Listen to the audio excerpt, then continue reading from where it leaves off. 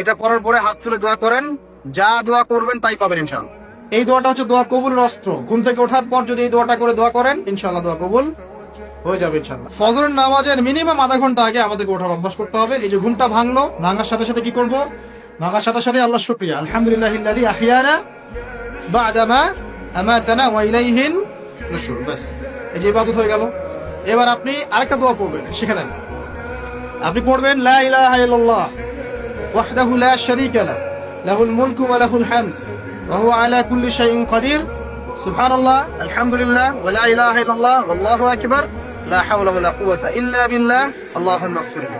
এটা করার পরে হাত তুলে দোয়া করেন, যা দোয়া করবেন তাই পাবেন ইনশাআল্লাহ। এটা জানতেন? জানতেন না? তো এই দোয়াটা হচ্ছে দোয়া কবুলের অস্ত্র। ঘুম থেকে ওঠার পর যদি এই দোয়াটা করে দোয়া করেন ইনশাআল্লাহ দোয়া কবুল হয়ে যাবে ইনশাআল্লাহ। আমাদের জীবনে চাওয়া পাওয়ার কি অভাব আছে?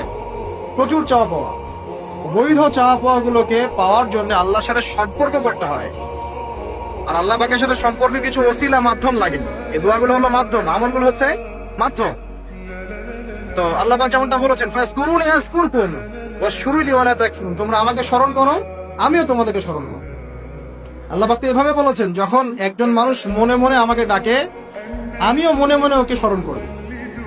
মনে করেন আপনি মনে মনে আল্লাহকে বলছেন, আল্লাহ আমি অসুস্থ, আমাকে শেফা দাও, বা আমার রিজিকের টেনশন আছে, আমার রিজিকের টেনশন দূর করে দাও, আল্লাহ আমাকে হেফাজত করো, আল্লাহ আমাকে দিনের জ্ঞান দাও, তোমার আনুগত্য করার তৌফিক দাও। যে মনে মনে আপনি আল্লাহকে ডাকছেন, নিঃসন্দেহে ওই মুহূর্তে আল্লাহ পাক আপনাকে স্মরণ করছে। সাত আসমান ভেদ করে আরশের উপর থেকে আল্লাহ পাক আপনাকে স্মরণ করছেন। আল্লাহ পাক বলছে, যখন একজন মানুষ জনসমক্ষে আল্লাহকে স্মরণ করে, যেমন আমরা এখন করছি, জনসমক্ষে সবার সামনে আল্লাহর কথা আলোচনা করছি, আল্লাহ পাক বলছেন আমিও তখন এর চেয়ে অনেক উত্তম জনসমাবেশে ওই বান্দাদের কথা স্মরণ করি। এই মুহূর্তে আল্লাহ পাক আমাদের কথা স্মরণ করছেন। আমাদের কোনো ফিলিংস আছে?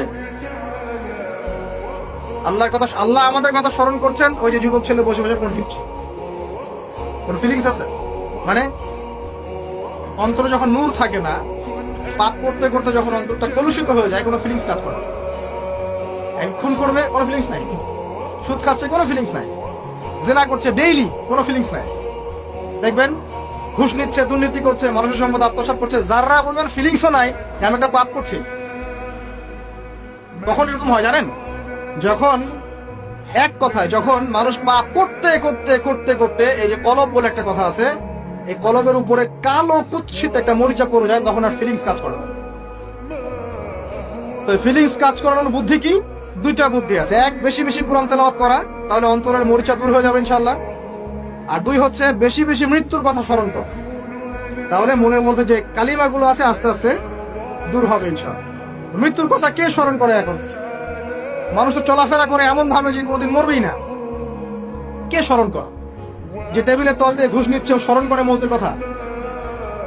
যে মেয়েটা বোরখা পরে যে ডেটিং করে বেড়াচ্ছে, জেনা করে বেড়াচ্ছে, ও কি মৃত্যুর কথা স্মরণ করে?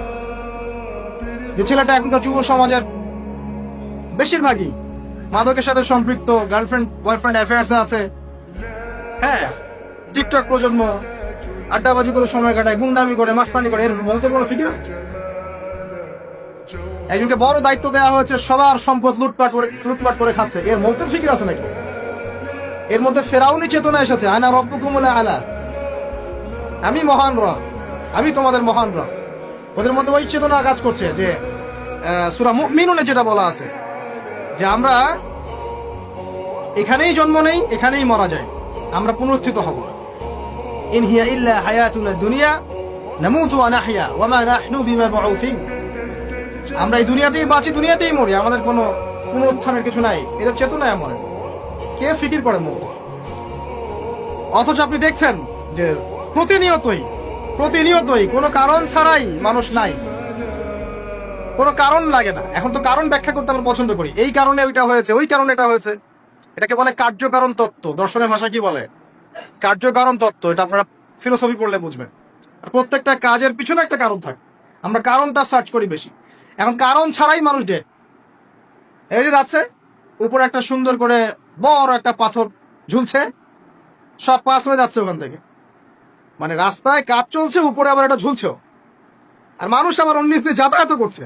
তো যারা রাখছে ওদের ইন্টেলেকচুয়াল অবস্থা চিন্তা করেন, আর যারা আমরা তল দিয়ে যাচ্ছি তারও অবস্থা চিন্তা করেন।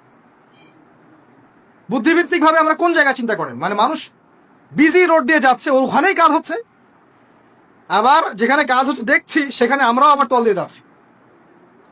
সবাই পাস হয়ে গেল, যাদের তাকদিরে লেখা ছিল মৌত একদম মুহূর্তের মধ্যে শেষ। কি কারণ ব্যাখ্যা করবেন? কোন সায়েন্স দিয়ে ব্যাখ্যা করতে পারবেন? পারবেন না। ওই ময়মনসিংহে ওই যে মহিলারা যাচ্ছে, ট্রাক মেরে দিয়ে চলে গেল, মহিলার পেট থেকে বাচ্চা ফেটে পেট ফেটে বাচ্চা বের হয়ে গেল, বাচ্চা জীবিত, মা ডেড। সায়েন্স দিয়ে ব্যাখ্যা করতে পারবেন? এটাই তাকদির, এটাই বলে তাকদির, যেটাকে সায়েন্স দিয়ে ব্যাখ্যা করা যায় না, বিজ্ঞান দিয়ে ব্যাখ্যা করা যায় না। এরকম ঘটনা কত ঘটছে অহরহ। দুজন বসে আছে, ঘন্টার পর ঘন্টা টিভি চলছে, মানুষ চা খাবে 1 কাপ আর টিভি দেখবে 5 ঘন্টা। ওর যে হায়াতের কোনো মূল্যই তার কাছে নাই, আল্লাহ পাক তাকে একটা সময় দিয়ে পাঠিয়েছেন, কোনো ফিলিংসই নেই। অথচ মানুষ প্রতিদিন, দিনে রাতে, প্রত্যেক দিন মানুষ অহরহ মারা যাচ্ছে। যাদের ভিতরে মৌতের চিন্তা আছে তারা কিন্তু পাপ কম করলেও ফিরে আসে আল্লাহর দিকে, কারণ তাদের প্রতি মৌতের ফিকির আছে। আর যাদের মৃত্যুর কোনো চিন্তা নাই, তারা এই রাজনীতি বলেন, অর্থনীতি বলেন, সমাজনীতি বলেন, আর এই পরিবার আর ধর্ম বলেন, সমস্ত ক্ষেত্রে পাপ করে বেড়াবে, কোনো ফিকির নেই। আল্লাহ পাক আমাদেরকে মৌতের ফিকির করার তৌফিক দান করুন এবং পরকালের জীবনটাকে আসল জেনে দুনিয়ার কাজগুলো করার তৌফিক আল্লাহ পাক দান করুন।